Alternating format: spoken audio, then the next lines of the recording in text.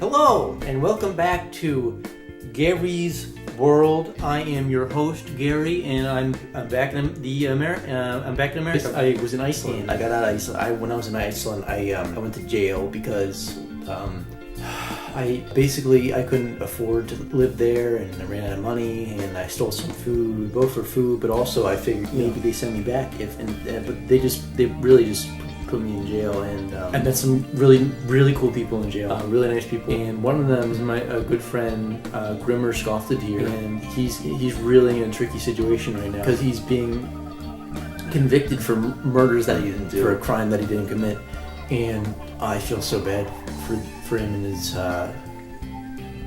family, his dogs. I feel bad for him and his dog. This could really ruin his life. I got home, my friends helped me out. It doesn't really matter how I got out. I figured, what's the best thing you can do other than not murdering someone, keeping someone who didn't murder someone out of jail. So here are 10 reasons that Grímur Skaftadottir,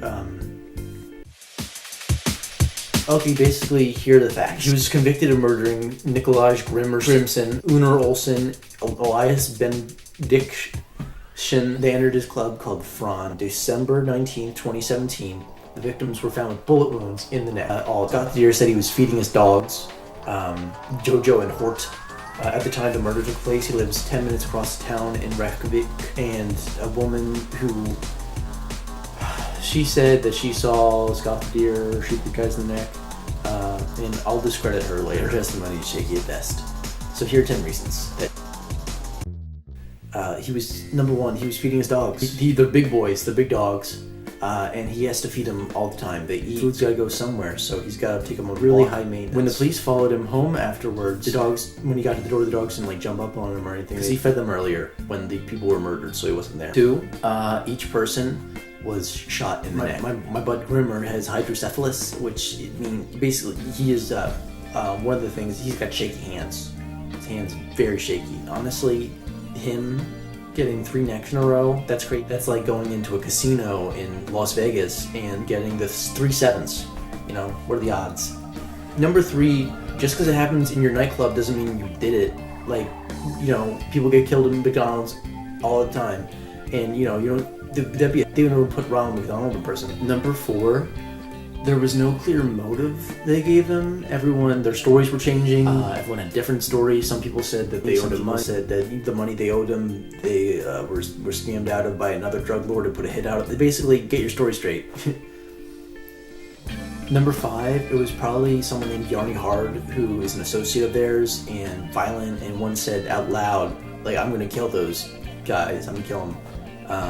And Skaftadottir heard this, heard her say that, literally, she was serious. She wasn't joking, Even if she was joking, that's not something you can joke around about. Number 6, Grímsson ordered the fermented charge at Fron they cook with peanuts. Skaftadottir is allergic to peanuts. Honestly, why would he even go near him? Wouldn't he just wait till another time if he wanted to kill him? That 7, Olsen and Benediktsson were having an argument about a soccer game they saw with the Bass mayonnaise jar and another team. Basically, they were really going at it, and they could have killed each other, and maybe Grímsson got in the middle of it, and maybe they all killed each other in the necks. 8, the woman who testified against Skaftadottir couldn't remember what she ordered.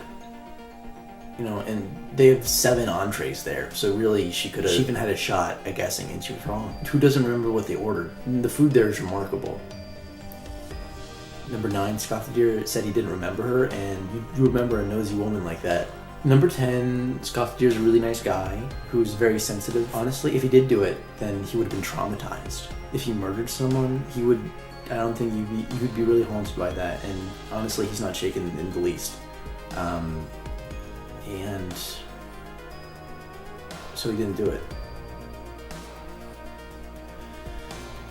Well, thanks for listening. Reviewing all the facts for this case, I found a few consistent things. Mostly that the 3 guys that were murdered were really bad guys. I think they tortured someone once, or something like that.